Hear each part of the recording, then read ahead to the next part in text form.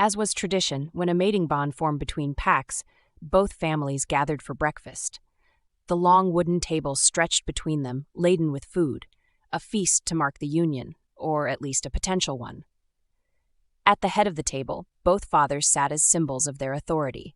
Lazarus and Rachel sat to the left of her father, a symbolic placement representing Rachel's transition from her family to his.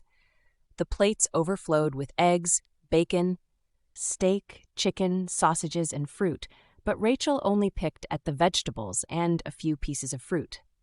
The abundance of food felt hollow to her. Her appetite, so prominent a few minutes ago, had all but disappeared. Around her, conversation flowed easily, filled with laughter and clinking cutlery. But Rachel's mind wandered.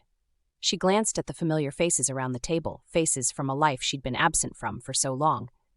Jamie Avery, her older brother, sat across from her, the likely heir to their father's position as alpha and leader of the North Oregon Alliance LLC, the corporation that oversaw their pack's wealth.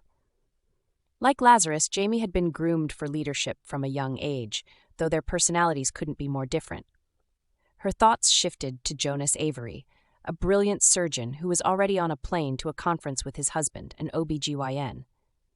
Then there was Cassidy, her sister, who beamed at the table.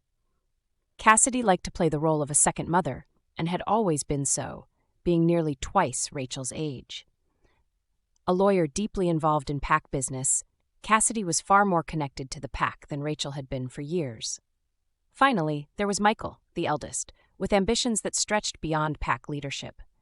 He already made waves globally as Senator Avery, aiming for the highest office in the land. Their father would often joke that politics required more vicious instincts than running a pack.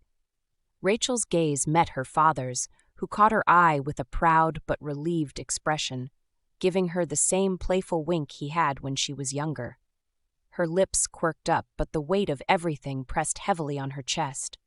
The conversation at the table wasn't centered on the upcoming marking ceremony as she had feared.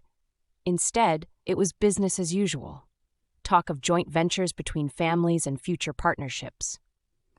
Rachel wondered if things would have been different if she'd stayed connected to the pack all these years. Would she have met Lazarus sooner?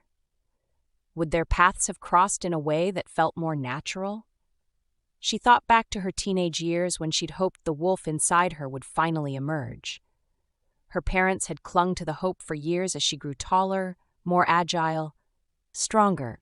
But when her wolf never came, she developed other abilities, speed, strength, and an uncanny skill with weapons. But it wasn't the same. Lazarus's hand brushed against hers beneath the table, bringing her back to the present. She looked up, meeting his dark, steady gaze. His expression was filled with understanding, the kind that seemed to see right through her. "You seem far away," he murmured, his voice low above the chatter. Rachel shook her head, offering him a small smile. "I was just thinking about how much has changed, and how much more is about to change," Lazarus added, his voice unwavering. Rachel glanced down at her plate, pushing the food around but not really seeing it. Sitting beside Lazarus, this new life felt like a heavy mantle she wasn't sure she could carry. "Rachel?"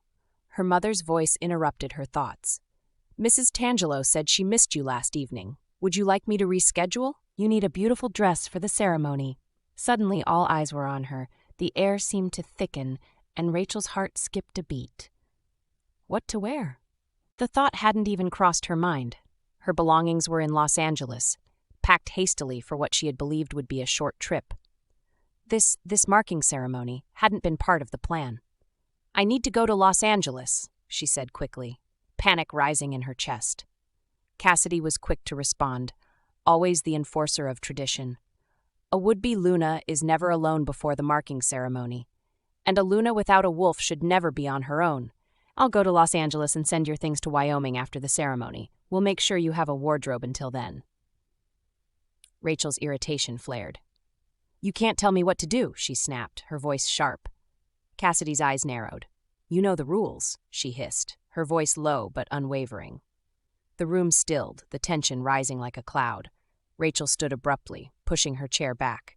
She couldn't do this. She wouldn't do this. "I can't do this," she said, her voice trembling with frustration as she glanced around the table.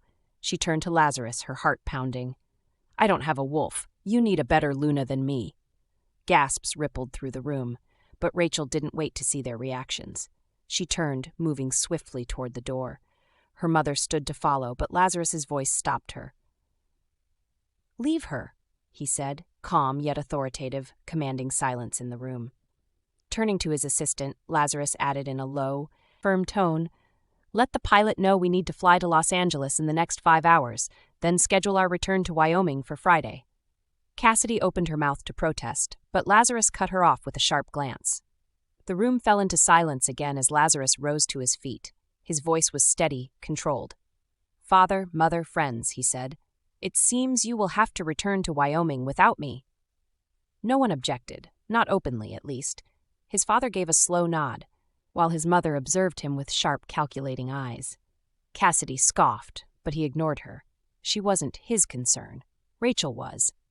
He stepped outside, following the thread of her scent. It was wild and sharp, laced with frustration. He found her in the garden, leaning against a tree, arms wrapped around herself. "Just when I thought your sister had ceased annoying me," he said, breaking the silence. Rachel let out a dry laugh.